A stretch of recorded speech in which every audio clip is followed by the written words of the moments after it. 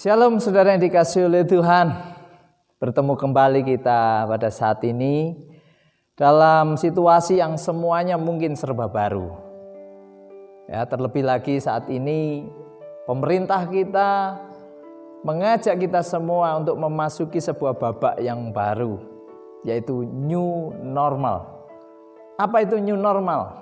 Nah, nanti saya akan sampaikan itu kepada saudara sekalian, tapi saya tetap ingatkan kepada kita bahwa hari ini kita sekalian bersama-sama memperingati yaitu Hari Pentakosta, di mana Roh Kudus dicurahkan kepada para murid-murid pada waktu itu di kota Yerusalem.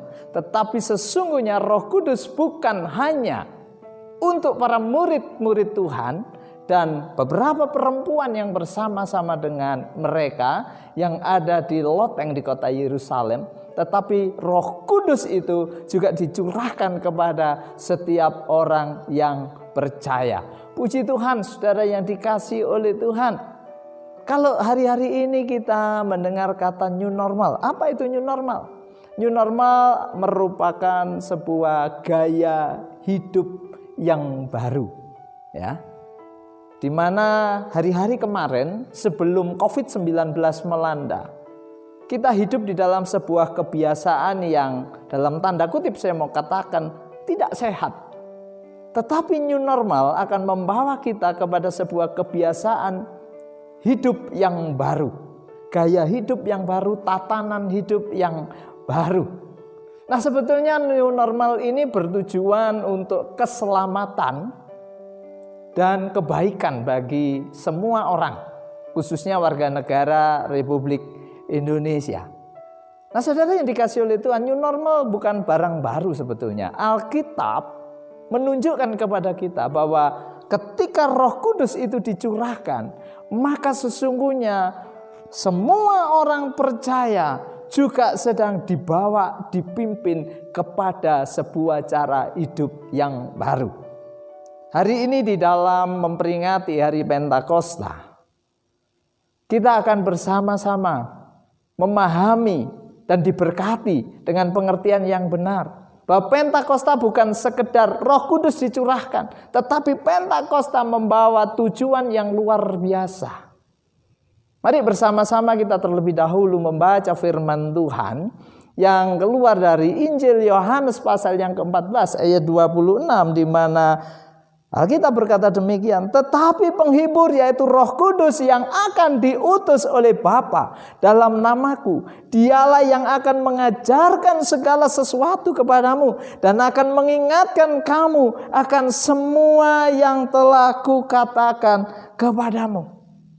Ya, sebelum Tuhan Yesus terangkat ke surga, Tuhan memberi pesan kepada murid-murid bahwa mereka harus menantikan roh yang diminta oleh Tuhan Yesus kepada Bapanya untuk menggantikan beliau, untuk menggantikan Tuhan Yesus. Dan Yesus berkata, yaitu roh yang diutus oleh Bapa yang akan memimpin kita. Roh Kudus sebagai parakletos, sebagai penghibur, sebagai penolong. Sesungguhnya parakletos itu juga memiliki maksud sebagai pendamping, sebagai advokat di dalam hidup orang-orang percaya. Nah, saudara yang dikasihi oleh Tuhan, Pentakosta, turunnya Roh Kudus memenuhi hidup orang percaya supaya apa? Kita dipimpin oleh Roh Allah itu sendiri, memasuki sebuah gaya hidup yang baru, cara hidup yang baru, cara hidup yang berbeda ketika kita belum dipenuhi oleh Roh Kudus. Saya akan tunjukkan kepada saudara sekalian, ketika murid-murid telah diurapi kepenuhan oleh Roh Kudus, mereka memiliki cara hidup yang berbeda. Kalau dulu mereka sembunyi-sembunyi, ya, mereka hanya mengekor. Tetapi apa yang terjadi ketika mereka dipenuhi oleh Roh Kudus? Kegerakan rohani yang sangat luar biasa. Murid-murid benar-benar menjadi saksi. Bukan hanya sebatas menceritakan siapa Yesus, tetapi cara hidup mereka berubah total. Yaitu mereka memperagakan cara hidup Yesus Kristus itu sendiri. Sehingga beberapa saat kemudian di satu kota yang bernama Antiokhia, Kisah Para Rasul pasal 11 berkata, di sanalah untuk pertama kalinya kata Kristen itu disebutkan. Karena apa saudara? Orang-orang yang percaya kepada Yesus, mereka memperagakan hidup Yesus yang berbeda dengan kebanyakan orang-orang di kota itu. Nah, kekristenan sesungguhnya adalah seperti itu, memperagakan gaya hidup Tuhan Yesus Kristus. Nah, tapi tanpa pengurapan Roh Kudus, saya yakin dan percaya kita akan tetap seperti orang-orang dunia yang hidup di dalam kendali daging kita. Tetapi oleh karena Roh Kudus itu dicurahkan di dalam hidup orang percaya, di mana Roh Kudus memimpin, mengarahkan, membawa kita kepada satu tujuan, yaitu memiliki kehidupan Yesus Kristus. Karena Roh Kudus memimpin kita kepada kebenaran. Dan kebenaran itu adalah Tuhan Yesus Kristus sendiri. Saudara yang dikasihi oleh Tuhan, ketika Roh Kudus sudah ada dalam hidup kita, maka saya yakin dan percaya, ketika kita seturut dengan kehendak Roh itu, ya, kita dipimpin oleh Roh itu, artinya kita diarahkan, dibimbing menuju kepada kebenaran. Dan kemudian kita hidup seturut pimpinannya, itu akan menghasilkan buah Roh dalam hidup kita. Nah, buah Roh inilah saudara yang akan merubah cara hidup kita sehari-hari. Sehingga kita akan memiliki yang namanya new habit, kebiasaan baru. Ya. Kebiasaan yang lama sudah kita buang. Dan kita menganggap itu semua sampah, tidak berharga. Tetapi kita mulai mengenakan kebiasaan baru, kebiasaan Yesus Kristus. Apa kebiasaan Tuhan kita Yesus Kristus? Tuhan Yesus berkata demikian, makananku ialah melakukan kehendak Dia yang mengutus aku dan menyelesaikannya. Nah, ini menjadi gaya hidup kita, yaitu mengerjakan kehendak Bapa di surga. Menjadi gaya hidup kita sehari-hari. Bahkan bukan hanya mengerjakannya, tetapi kita menyelesaikannya dengan tuntas.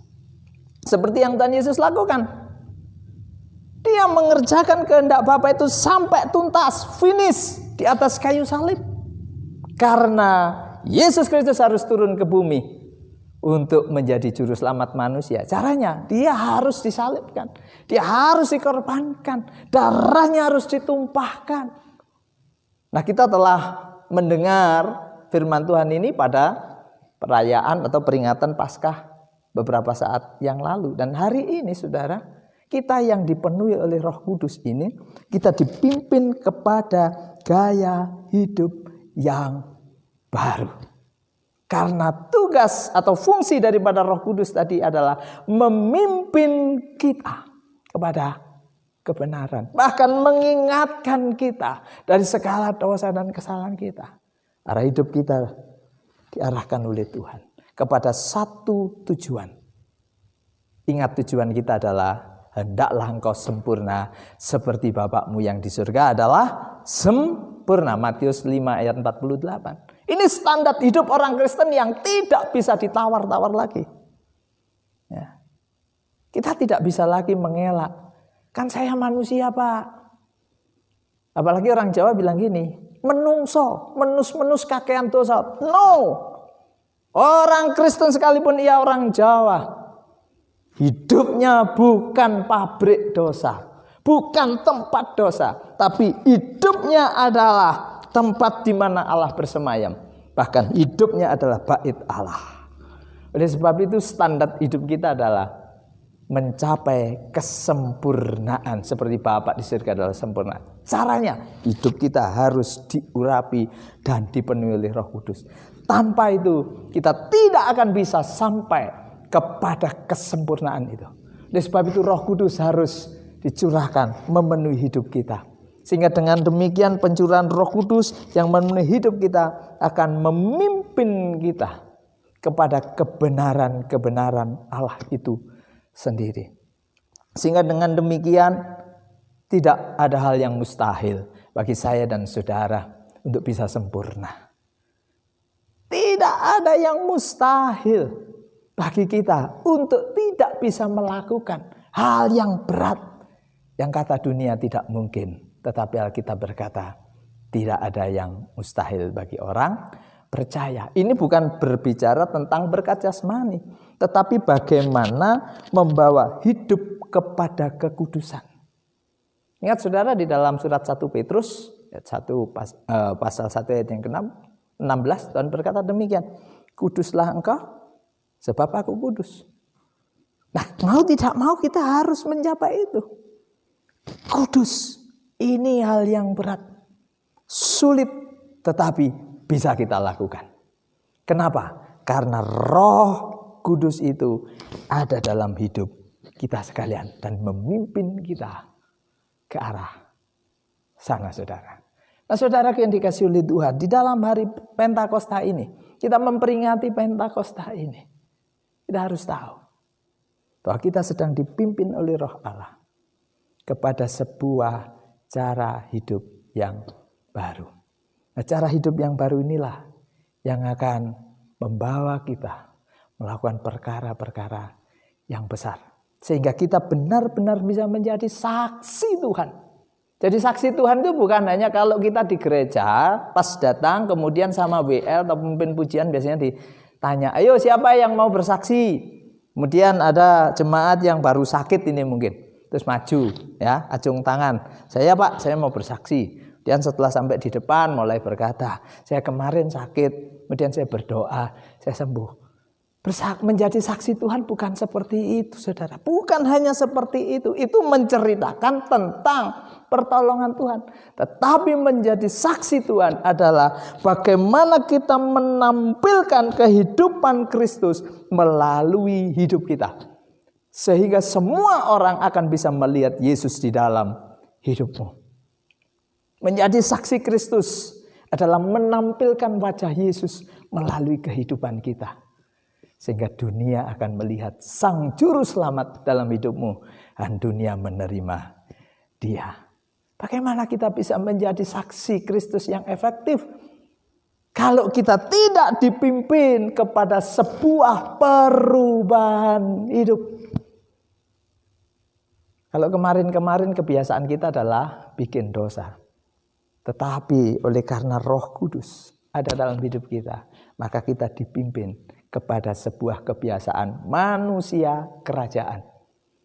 Manusia ilahi, man of God, di mana cara berpikirnya hanya selalu memikirkan perkara-perkara yang di atas, bukan yang di bumi.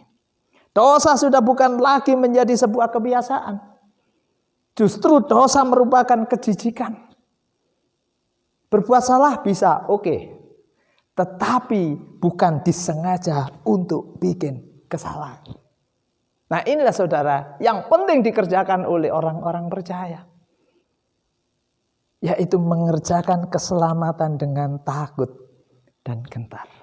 Bagaimana kita bisa mengerjakan keselamatan dengan takut dan gentar? Filipi pasal 2 ayat yang ke-5 berkata, hendaklah kamu dalam hidupmu bersama menaruh pikiran dan perasaan yang terdapat juga dalam Kristus Yesus Tuhan. Nah, karena Roh Kudus telah memimpin kita dan kita menuruti pimpinannya, maka kita akan mengisi hidup kita. Yaitu dengan pikiran dan perasaan yang ada di dalam Tuhan Yesus. Pikiran dan perasaan Yesus apa? Yang pertama, memenuhi kehendak Bapa. Yang kedua, mengerjakan dengan tuntas. Bagaimana dengan kita? Apa yang mengisi pikiran kita? Seringkali sekalipun banyak pendeta, saudara, pikirannya masih dipenuhi bagaimana saya bisa kaya di bumi. Tapi hari ini, melalui kebenaran firman Tuhan, kita akan mengisi pikiran kita dengan pikiran Kristus. Yang pertama itu bagaimana aku bisa mengerjakan kehendak Bapa. Dan yang kedua, bagaimana aku bisa menyelesaikan kehendak itu dengan tuntas. Itu pikiran dan perasaan Kristus adalah senantiasa menyenangkan hati Bapaknya. Perasaan Kristus tidak pernah ingin mendukakan Bapaknya. Ini yang harus mewarnai hidup kita sekalian.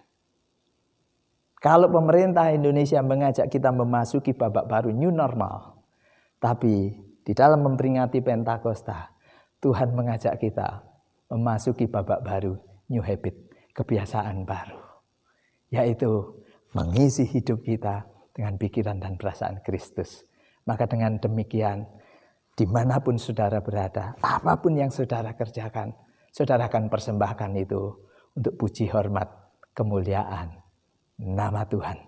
Nah, inilah yang disebut dengan mengerjakan keselamatan dengan takut dan gentar, dengan penuh tanggung jawab. Kiranya di dalam kita memperingati hari Pentakosta ini, kita diberkati dengan pemahaman yang benar, bahwa Roh Kudus hadir di tengah-tengah hidup orang percaya adalah untuk memimpin kita kepada sebuah cara hidup yang baru, cara hidup yang lebih berkenan kepada Bapa. Sehingga dengan demikian kita tidak lagi hidup di dalam kehendak daging kita, tetapi kita hidup di dalam penurutan akan Dia. Tuhan Yesus memberkati kita sekalian. Mari kita tunduk kepala, kita berdoa. Kami mengucap syukur dengan apa yang telah kami dengar melalui firman-Mu, bahwa Roh Kudus dicurahkan bukan sekedar untuk membuat kami berkata-kata dalam bahasa roh, tetapi terlebih memimpin kami kepada sebuah cara hidup yang benar, cara hidup yang berbeda.